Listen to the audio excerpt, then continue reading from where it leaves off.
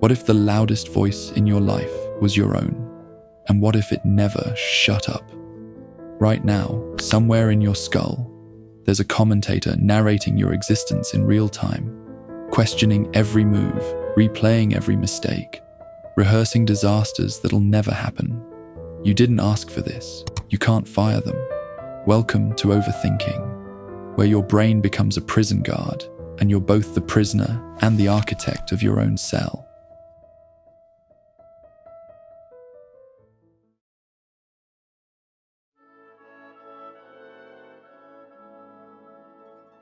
Let's start absurdly simple, ordering coffee.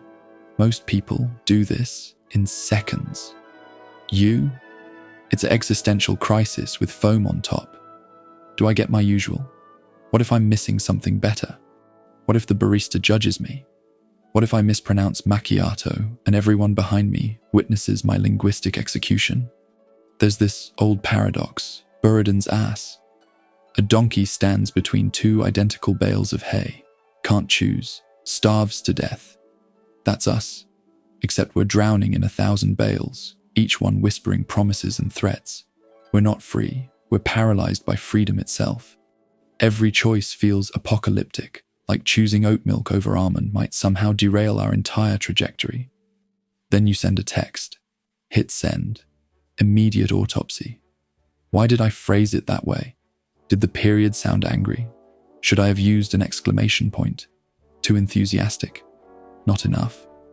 The message is already gone, already read, but your mind insists on rewriting it 17 ways. You replay conversations like a detective obsessing over crime footage, building conspiracy theories from punctuation. They took 3 hours to respond. Why? Busy, angry, dead. You construct entire narratives from silence, building anxiety castles from sand grains. Social interactions become archaeological sites.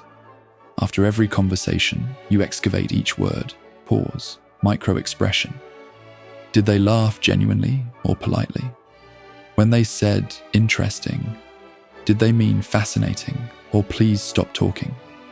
You dissect tone, analyze body language, study the spaces between words like they're ancient texts. Here's the cruelty. You're so focused on analyzing, you miss the actual experience. Present but absent. There but not there. Hyper-aware yet completely disconnected. And the imposter syndrome, whisper. This one's insidious. You accomplish something.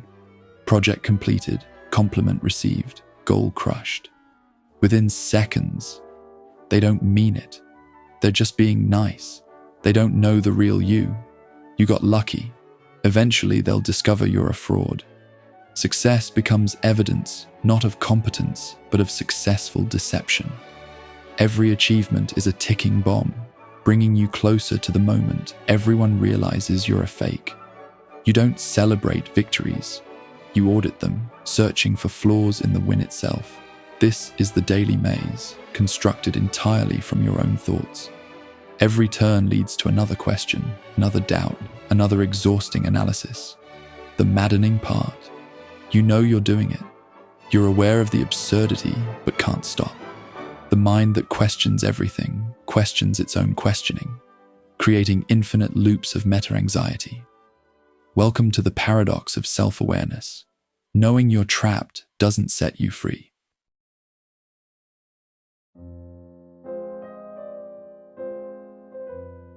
Beneath decision fatigue lies something deeper, the compulsion to fortune tell. You don't just think about now. You colonize the future with elaborate catastrophe simulations. Going to a party, you've already mentally scripted 47 conversations, including awkward silences, potential disasters. The mortifying moment you call someone the wrong name. Taking a flight, you've rehearsed emergency landings, missed connections, lost luggage, sitting next to someone who talks the entire time. The ancient Stoics practiced premeditatio malorum, visualizing worst-case scenarios to build resilience. They imagined loss to appreciate presence. But we've weaponized this wisdom, transforming a peace tool into a torture instrument.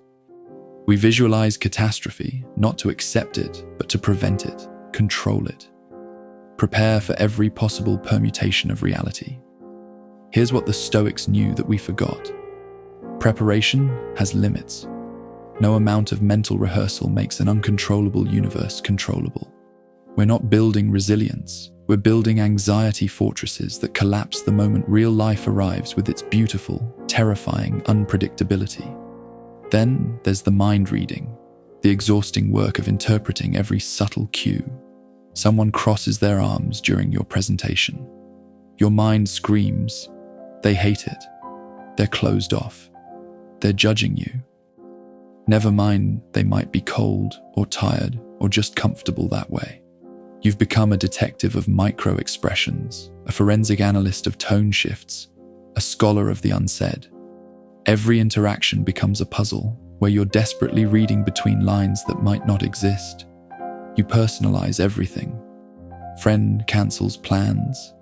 They find you boring. Boss seems distracted. You disappointed them. Stranger doesn't smile back. You offended them without speaking. The burden of thinking you see too much is carrying everyone's imagined judgments. You're not just living your life. You're living in a hall of mirrors, surrounded by distorted reflections of how you think others perceive you.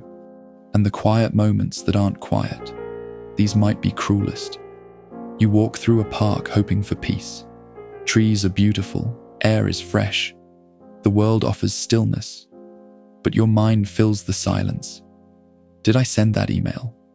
Why was Sarah weird yesterday? What if I'm wasting time? Shouldn't I be productive? Why can't I enjoy this? What's wrong with me? Physical silence becomes an invitation for mental chaos. You lie in bed exhausted, desperate for sleep, and your brain replays every embarrassing thing you've ever said, worries about tomorrow, questions your entire existence. Rest becomes impossible, because stillness feels like a vacuum that must be filled. The tragedy. We're so busy thinking about life we forget to live it, so focused on analyzing the moment that it passes by, unexperienced, unlived, observed, but never felt.